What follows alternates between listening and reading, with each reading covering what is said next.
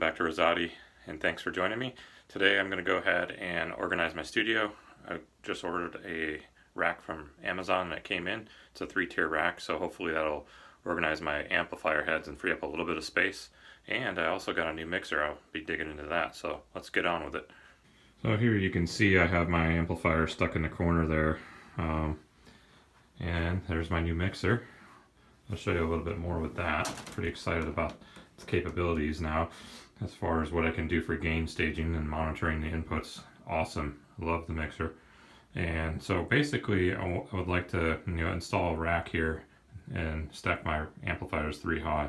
Right now they're sitting on a crate. That crate isn't going to be sturdy enough to hold the valve state Marshall amp plus the Black Star and the PRS. So also I can put the handle back on the Black Star. I had to take it off so I could stack the amp. So alright, I'm going to do a time lapse of setting this thing up. Pretty stoked, and I know that the valve state may hang off the edges a little bit, but that's okay. I always have to have things organized around me. That's how I operate. I can't operate in a mode where there's crap all around me, disorganized, chaos. That's not the way I work personally. So enough gabbing, let's get into it.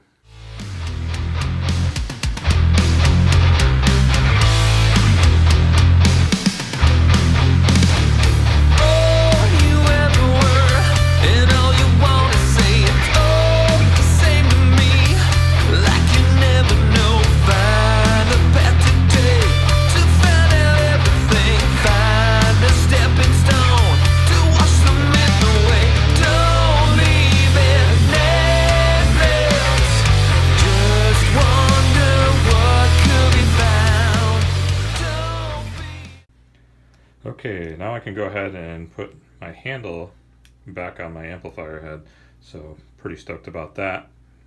And I'd like to thank Chad Clark for giving me this amp. I really like it. I use it all the time, and it's a great companion to my MT15. So let's get at it.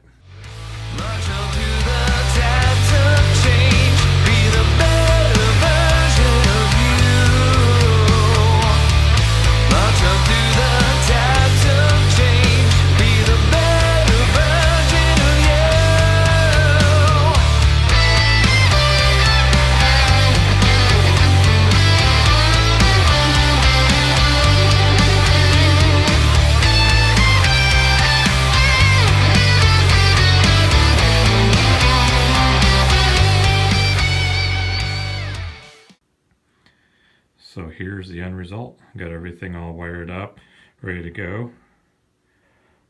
Got my MT15. I had to get a little bit longer cable coming out of my noise killer pedal, my Donner noise killer pedal, which works just fine. And yeah, I'm pretty happy with that. Now I was able to just kind of, free up some space. And then I put the crate that I have underneath my printer and computer here. So now I have an area I can set up my tripod, and pretty happy with it. So now let's dig into this keyboard. I'm going to go ahead and get my session up and running and put the camera on the mixer so you can see what I'm doing. This is more or less just trying to get my gain staging right, so I'll show you how that works. Okay, for my next segment, I'd like to cover the topic of gain staging. First, I'd like to thank some of the folks on the Circle of Tone group. So I'd like to give a little shout out to Nick D and Edward D for their assistance in helping me get the correct gain staging set up. So gain staging is probably one of the most overlooked and important things that you could possibly do when you're capturing a guitar input, vocals, snare, kick, whatever it may be. With improper gain staging, you're not capturing the strong enough signal or getting a strong signal into your DAW that's optimal for listening purposes and for at the correct metering, so that when a mix engineer goes in, they have enough headroom, so you're not crushing it, but you're not leaving it so quiet then you're bringing up your noise, your gain to noise ratio, I guess is what they call that. Basically, you're pulling your ceiling up to the point where now it's picking up the noise with it. So Gain stage is everything. Okay, so I'm going to go ahead and cut over and try to get this camera set up on a tripod so you can just see what I'm doing with the mixer and trying to get my gain stage set properly. So I also have to strap on my guitar and get that up and running. So let's do that next. Just to explain here, I have on channel 1, I have an SM57 plugged in to my input XLR, and it's a SM57 on a vintage 30 speaker, and it's between the dust cap and the edge of the speaker position wise, and maybe about a couple fingers away from the grill. And then I have a brighter mic, which is a D2 Audix, and that is just off center of the dust cap, so it's very, very high frequency. And so that's my bright mic. What I'm doing is blending the two mics together and sending it into my DAW using this 1/4 inch out. When I use the XLR out, for some reason the signal, it says it's +4 dB right here, is way overloading my interface. Like, I was like, what the heck? I was using the padding function in the Focusrite to pad the signal. I'm like, this can't be right. So once I use this cable, it's more representative of this signal strength that I'm looking for, and I believe should be sent via line out. Leave a comment in the description if you know why that is, why this is so much hotter. But anyways, back to blending the mic. So what's cool about this board, this is an upgrade from my last one, and the feature that it has for pre-fader listening. So in pre-fader listening, what we're trying to do here is get a good gain staging set. As I discussed previously, your signal to noise ratio, it's very important to get the optimal strength signal into your DAW. Come to find out, over the last couple days, analog equipment have VU meters, which is a volume unit meter, which is different than the meter in your DAW. So if I switch over here, so this meter in your DAW here, when I go to the mixer, the meter here, 0 is your ceiling, so anything above that is peaking, which isn't the greatest. You can have it clip on your independent channels as long as the master fader doesn't clip. You're definitely okay. But for a general rule of thumb, what I've read up on is that 0 dB on your analog unit using a VU meter right here equates to -18 dB in your DAW, which is the sweet spot. The sweet spot in digital audio, and it's optimal for plugins, etc. So with that being said, that was a hard lesson learned.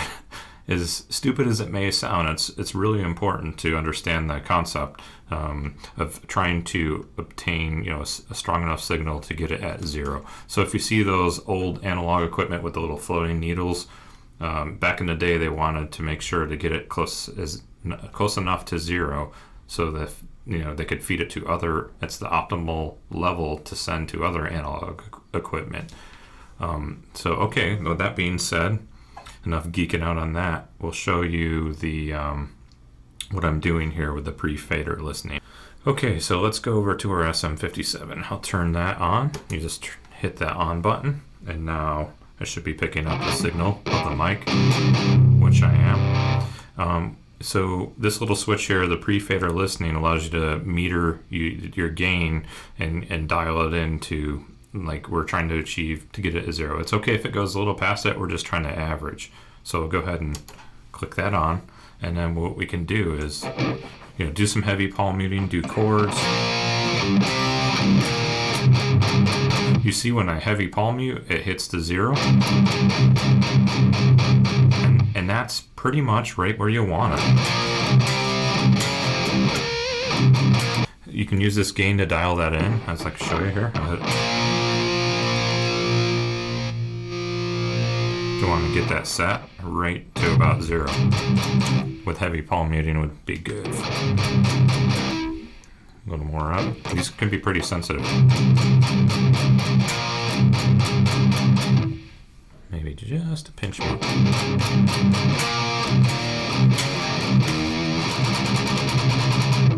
little bit more.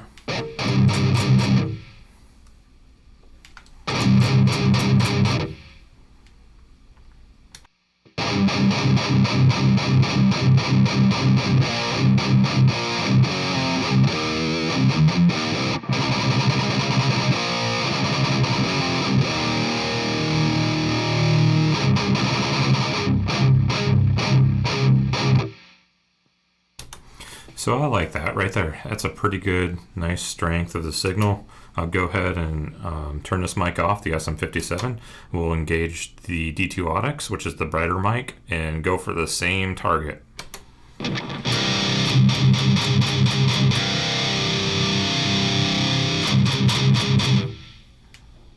Gotta put it in pre-fader listening, that would help. There we go.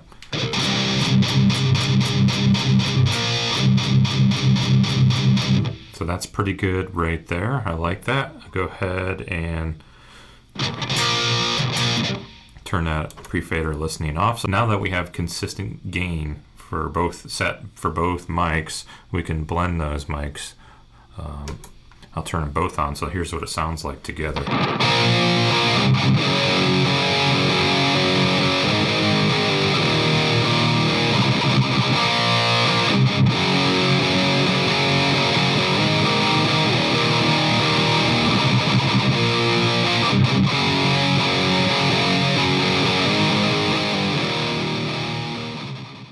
So there you have it. That is gain staging in a nutshell. Remember that the 0 on your analog gear, if it's a VU meter, is not the same as 0 in your input here. That's the ceiling of your DAW. So just try not to obsess over it. Just find that good, signal strength, and you'll be just fine. So I hope you enjoyed this episode. Please leave a comment in the descriptions if you have any things to add or comments. I like sharing ideas and learning more from everybody. So I hope this helped, and we'll see you on the next one. Peace.